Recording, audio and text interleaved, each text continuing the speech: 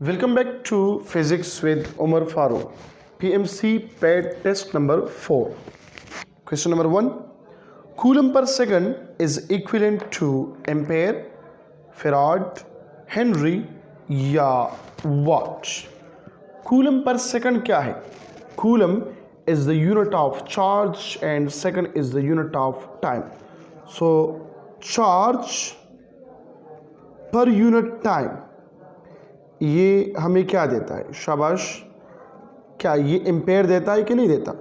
क्योंकि हमें पता है I is equal to Q divided by T. Flow of charge is known as current. तो इसमें ऑप्शन कौन सा करेक्ट है? वो है ऑप्शन नंबर ए. फैराड कब होगा?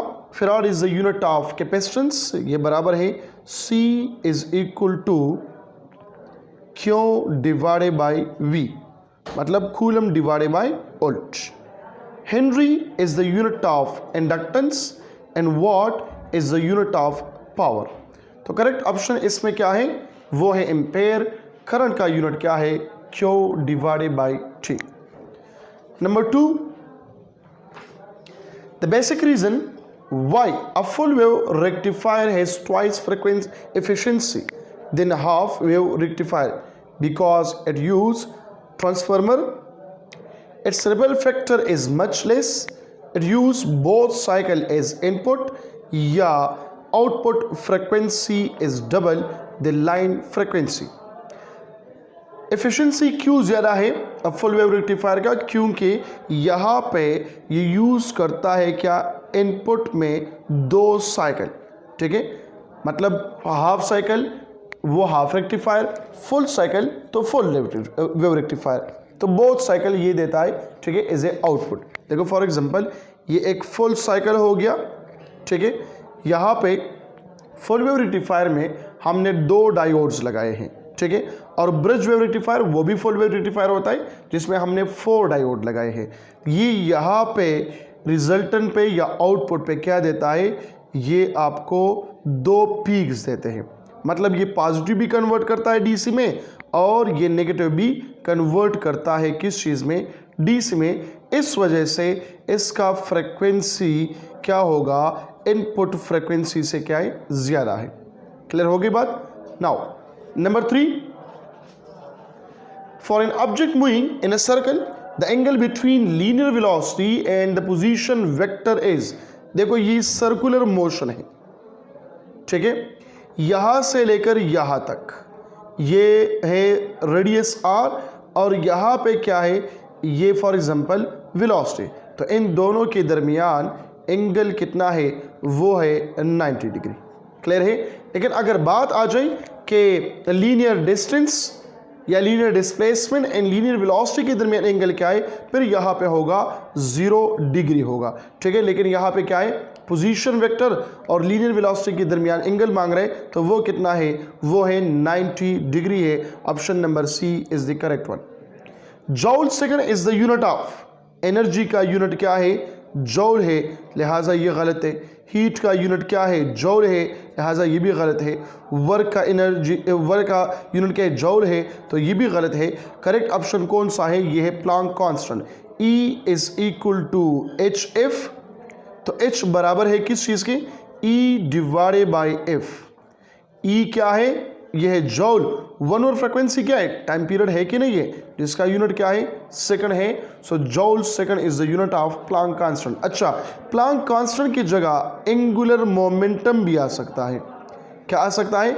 एंगुलर मोमेंटम भी आ सकता है. नाउ नंबर 7 क्या है? During the circular path in a magnetic field what is the magnetic force? Circular path में मैग्नेटिक फोर्स क्या होगा? F is equal to q v B. Option number D correct है.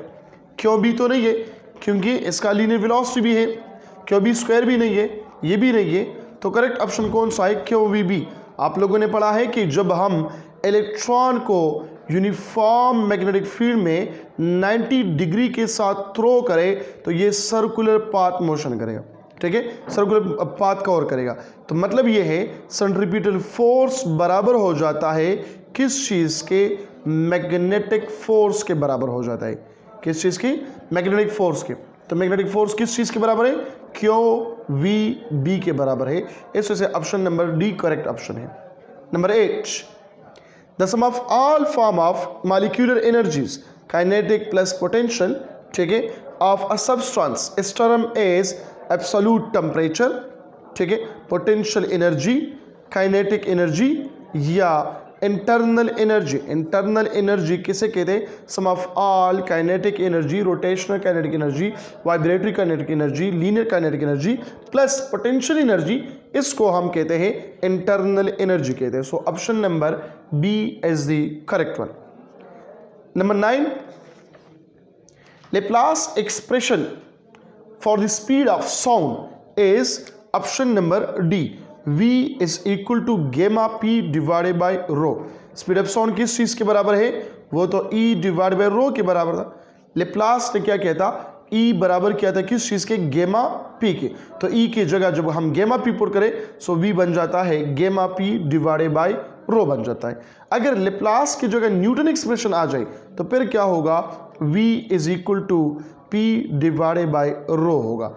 अच्छा, ये गेमा पी के जगह इस तरह भी आ सकता है कि रो जी एच मल्टीप्लाई बाय गेमा, ये मरकरी है, ठीक है, और ये रो ऑफ एयर है।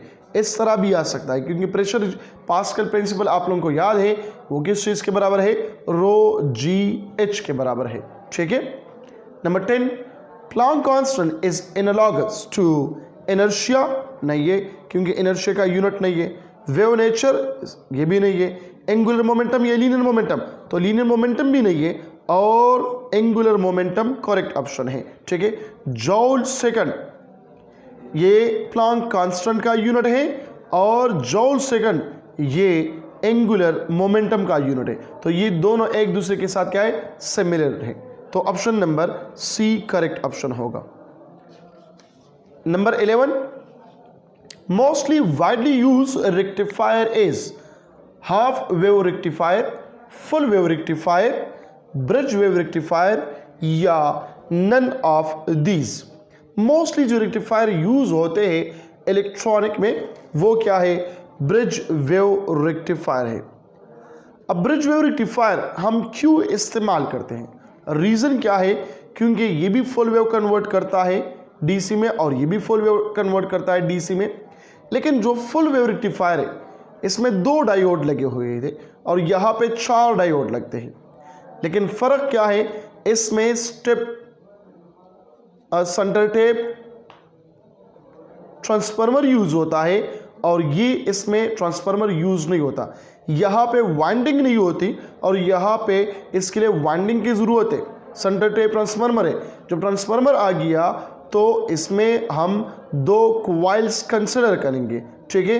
तो इस पे ज़्यादा कॉस्ट आता है और इस पे कम कॉस्ट आता है। इसका साइज ज़्यादा होता है और इसका साइज कम होता है। इस वजह से हम प्रेफर करते हैं कौन सा rectifier, bridge wave rectifier, option number C. Number 12, 1/C equivalent is equal to 1/C1, C2, C3 up to so on. इस सीरीज कम्बिनेशन, ये कौन सा कम्बिनेशन है, सीरीज कम्बिनेशन है। सीरीज कम्बिनेशन हम क्यों यहाँ पे, मतलब बहुत सारे कैपेसिटर हम सीरीज में क्यों लगाते हैं, यहाँ पे बड़े बड़े कैपेसिटर हम लगाते हैं। हमें चाहिए कौन सा कैपेसिटर, छोटा कैपेसिटेंस चाहिए, कम कैपेसिटेंस चाहिए। और लेबॉर्ट्री में कैपेसिटर जो है वो सारे के सारे बड़े हैं और मुझे कैपेसिटेंस चाहिए कम, तो मैं सारे कैपेसिटर को किस चीज़ में कंबाइन करूँगा, सीरीज में, ठीक है। जब सीरीज कम्बिनेशन में मैंने लगाया तो इक्विवेलेंट कैपेसिटेंस क्या होगा, वो स्मॉलर होगा, C1 से, C2 से, C3, C4। इंडिविजुअल कैपेसिटेंस से इक्विवेलेंट कैपेसिटेंस क्या होगा, कम होगा, ठीक है।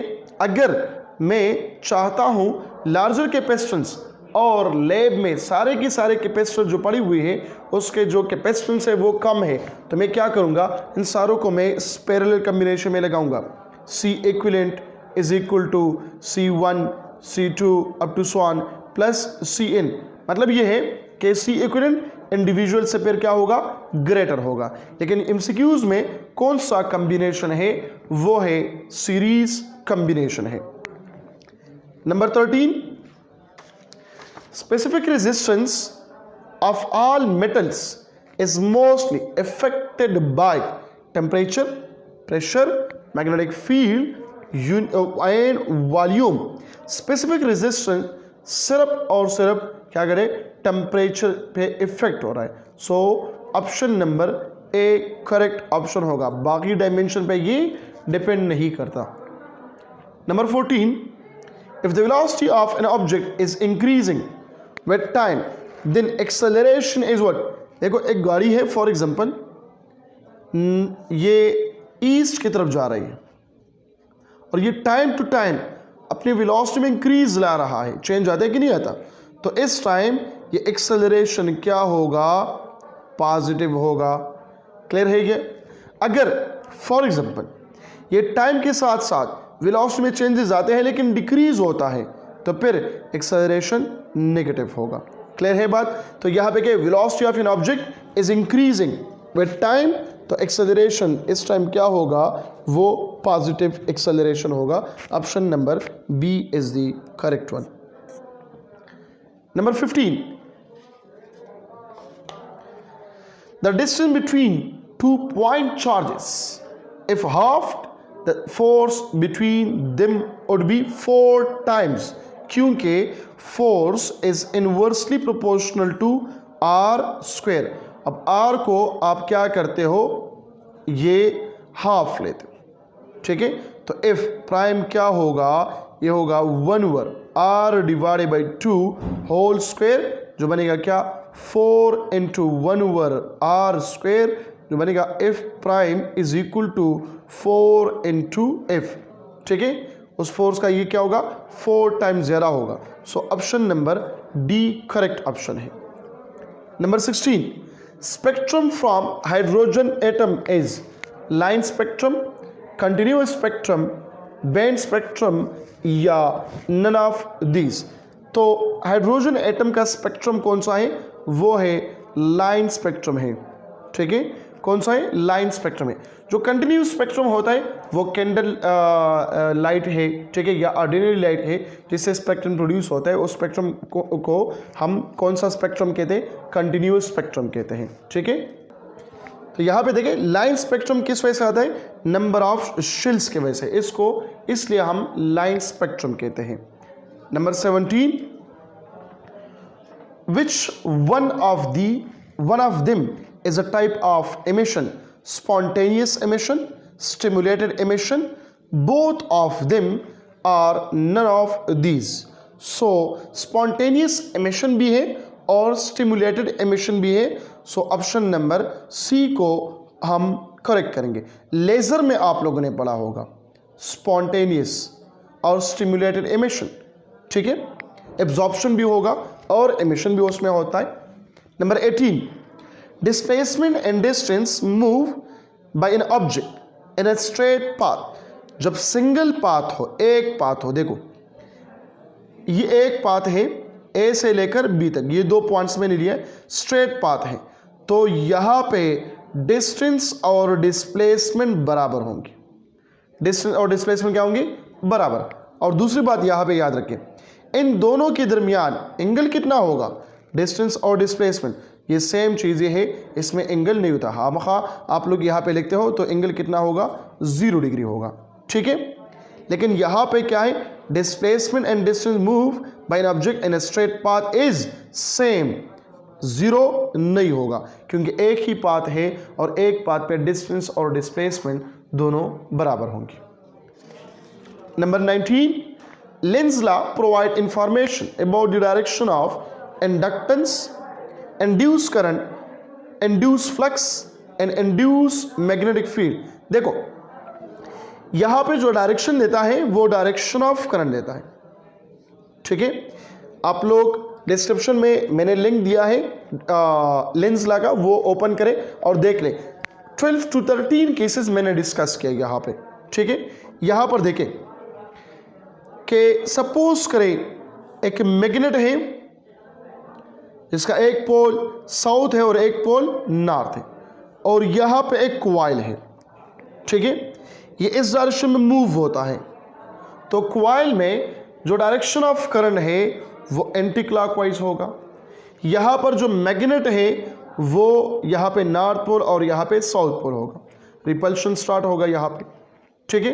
लेकिन अगर मैं इसको चेंज करूँ, यहाँ पे साउथ करूँ, यहाँ पे नॉर्थ करूँ, तो डायरेक्शन ऑफ करंट क्या हो गया, चेंज हो गया, ठीक है, वो क्लॉकवाइज बन जाता है। इसका मतलब ये हुआ कि Lenz law provide information about the direction of induce current, ठीक है। तो लिंक गिवन है डिस्क्रिप्शन में, वो आप देखें। लिंज लॉ बहुत इंपॉर्टेंट है फॉर एमसीक्यूज। नंबर 21, अच्छा 20 किधर है, 21 की तरफ देखें। Magnetic field will not produce in case of charge positive particle, charge negative particles, neutral particles या ऑल ऑफ देम। देखो मैग्नेटिक फील्ड कब पैदा होगा, जब एक चार्ज मोशन में हो तब ये मैग्नेटिक फील्ड पैदा होगा।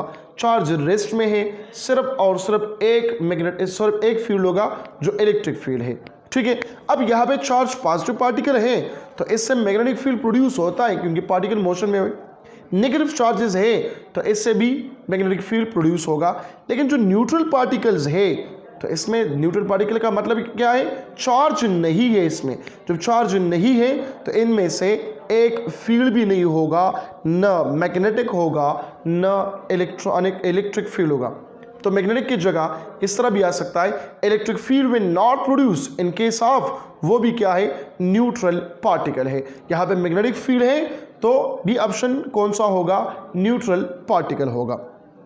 Number 22, electron and proton both with same momentum enter perpendicular and uniform field.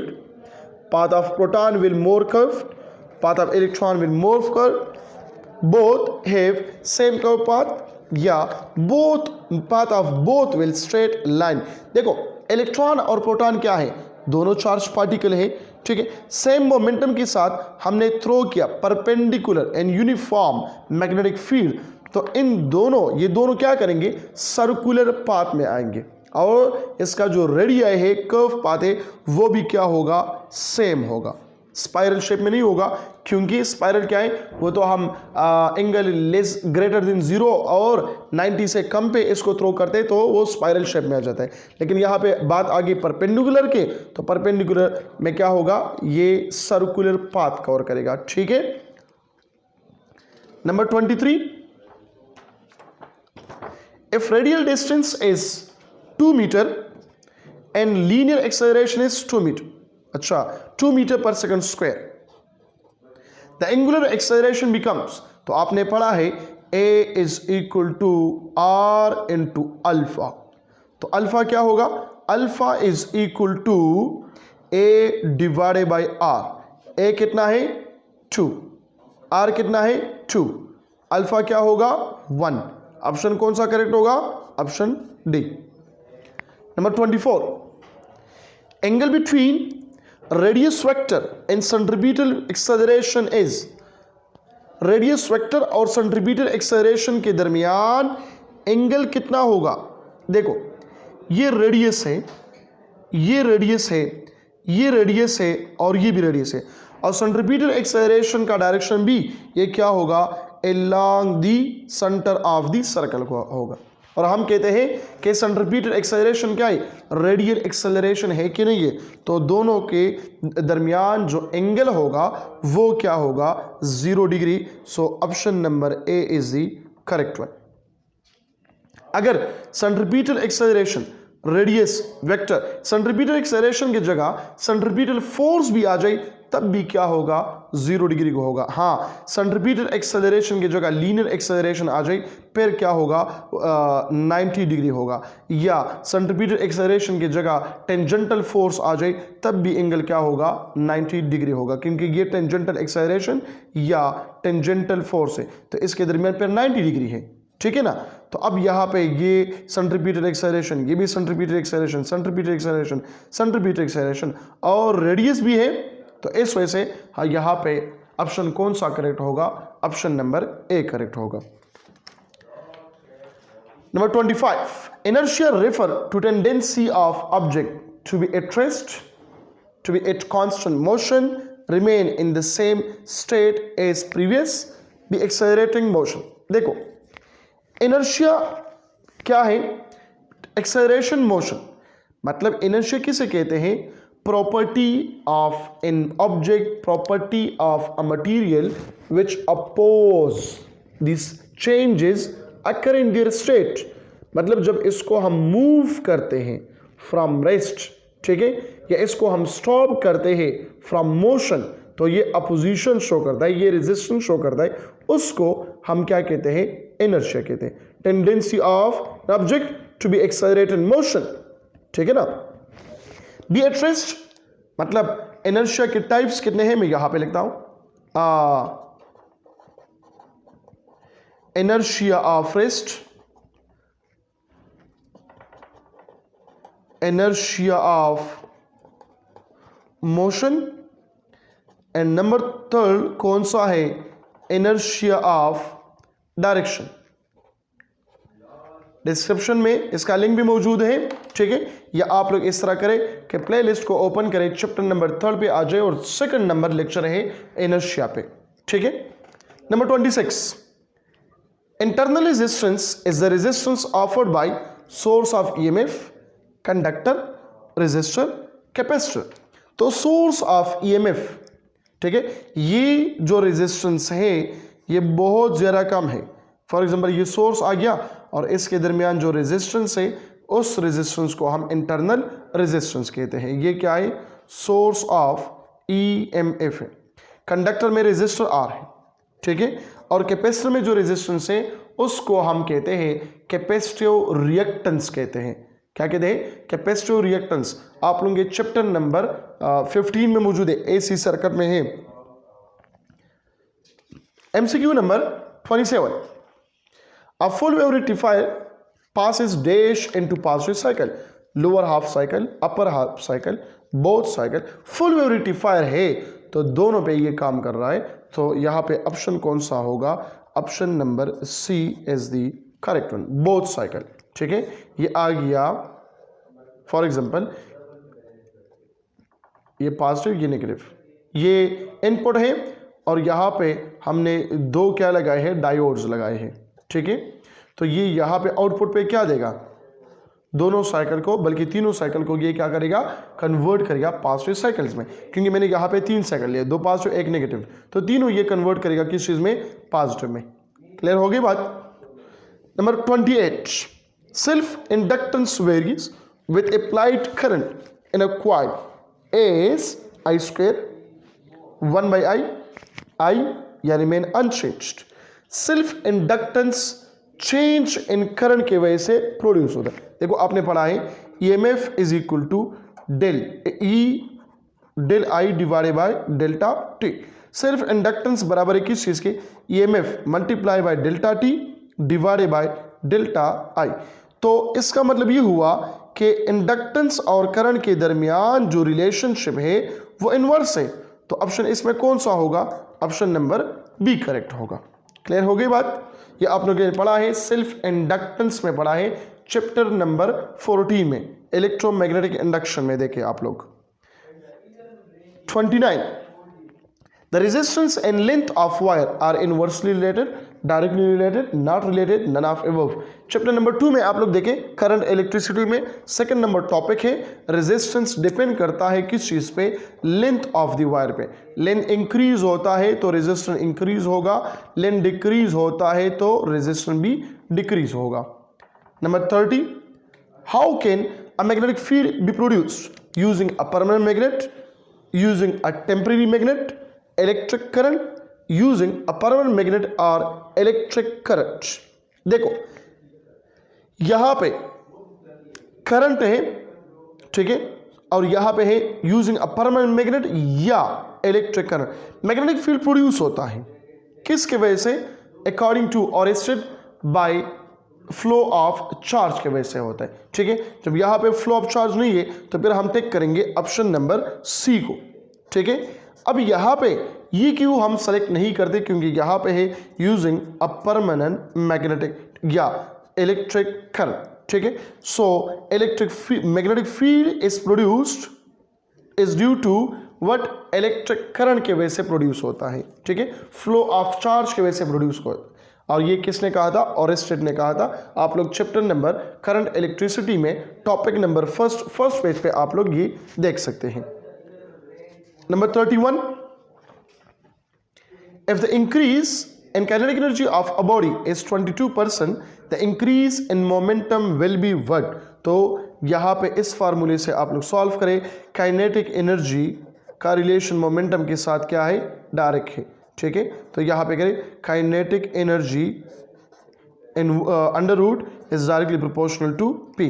Kinetic energy में चेंज आ गया 22%, पहले से ये कितना है 100%, तो 100% प्लस 22%, तो ये कितना बनेगा 122% बनेगा, या इससे आएगा 1.2 इंटू 2, ठीक है। और 1.2 से क्या आता है, ये है 1.1 होल स्क्वायर ले ले इस पे, तो 1.1 whole square into whole under root, इसमें आ गया 1.1। अगर यहाँ पे हम चेंज करते हैं परसेंटेज में तो इसमें आंसर आता है 100%। अगर इससे चेंज नहीं करते तो 1.1 से क्या करो, 1 को माइनस करें। जब इससे हम 1 को माइनस करें तो 0.1 इसका आंसर होगा, that is option number C. इसकी जगह 10% भी आ सकता है, 0.1 की जगह 10% भी आ सकता है, ठीक है। तो यहाँ पे आंसर कौन सा है, 0.1 है। Number 32, the linear acceleration will be maximum when the angle between R and A is what. Linear acceleration maximum होगा जब एंगल बिटवीन R और A के दरमियान क्या हो, ये है 90 डिग्री हो, ठीक है ना। ये पोजीशन वेक्टर है, यहाँ पे एंगल टेंजेंटल एक्सेलरेशन हो, यहाँ पे टेंजेंटल एक्सेलरेशन है, यहाँ पर टेंजेंटल एक्सेलरेशन है, यहाँ पर टेंजेंटल एक्सेलरेशन है, ठीक है। तो यहाँ पे एंगल कितना है, 90 डिग्री है। 33, the hydrogen atom has dash quark. तो हाइड्रोजन के आइसोटोप से देखो, यहाँ पे जो H लिखा हुआ है इसका मतलब ये है ये प्रोटियम है, ठीक है। इसमें एक प्रोटॉन है और एक न्यूट्रॉन है। तो प्रोटॉन एक इलेक्ट्रॉन है। प्रोटॉन किस चीज से बना हुआ है, प्रोटॉन बना हुआ है अप एंड डाउन क्वार्क, ये 3 क्वार्क से बना हुआ है। तो यहाँ पे हम ऑप्शन लगाएंगे, ऑप्शन नंबर 3, ठीक है ना। अगर यहाँ पे ड्यूट्रियम हो जाए तो उसमें एक प्रोटॉन है और एक न्यूट्रॉन है, तो वो 6 क्वार्क से बना हुआ है। अगर ट्रिटियम हो जाए तो फिर उसमें एक प्रोटॉन है और 2 न्यूट्रॉन है, तो यहाँ पे टोटल 3 हो गई, और ये 3 क्वार्क से बना हुआ है, एक प्रोटॉन एक न्यूट्रॉन भी 3 क्वार्क से बना हुआ है, ठीक है। तो यहाँ पे फिर क्या होंगे, 9 क्वार्क्स होंगे। प्रोटियम में 3 क्वार्क्स, ड्यूट्रियम में 6 क्वार्क्स और ट्रिटियम में 9 क्वार्क्स। तो ये अपने साथ याद रखे for MCQs। 34, calculate the charge passing through a circuit if its current at 10 ampere and recorded time is 15 second, ठीक है। तो क्या मालूम करें, चार्ज मालूम करें। Q is equal to I multiply by T। Simple सा है, 10 multiply by 15 which is equal to 150 coulomb। So option number B is the correct one। Number 35, a stationary wave is formed in a pipe which is open at both ends, open argon pipe है। If the length of a pipe is L, then what is the maximum possible wavelength of a wave? Wavelength कितना है, देखो stationary wave is formed in a pipe which is open at both ends। If the length of pipe is L, अगर length of pipe क्या हो, वो है L हो, ठीक है। सो मैक्सिमम पॉसिबल वेवलेंथ कितना होगा, तो वो आपको पता है कि जिसका फ्रीक्वेंसी क्या हो, N इंटू F इंटू 1 के बराबर, ठीक है। तो यहाँ पे L होगा। Number 36, the centripetal acceleration is maximum when an object move with R, ठीक है। द सेंट्रीपिटल एक्सेलरेशन मैक्सिमम होगा when an object move with R, increasing, decreasing, constant या नन।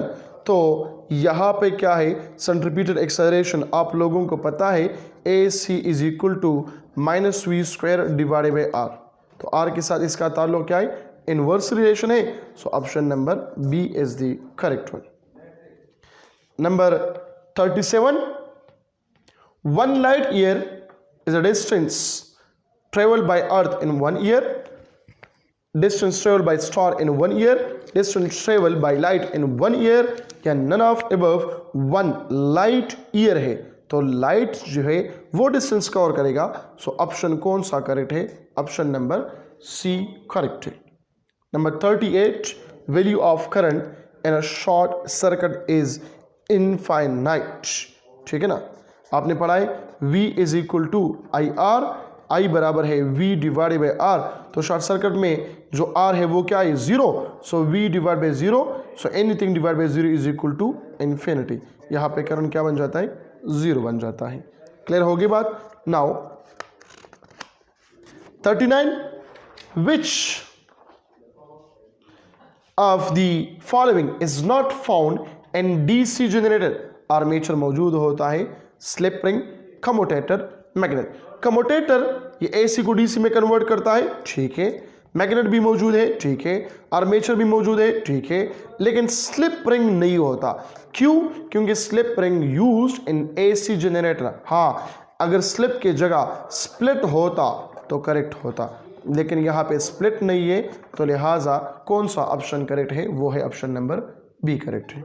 लास्ट एमसीक्यू, वो क्या है, the good absorber of heat normally are poor conductor, poor reflector, good conductor या none of above.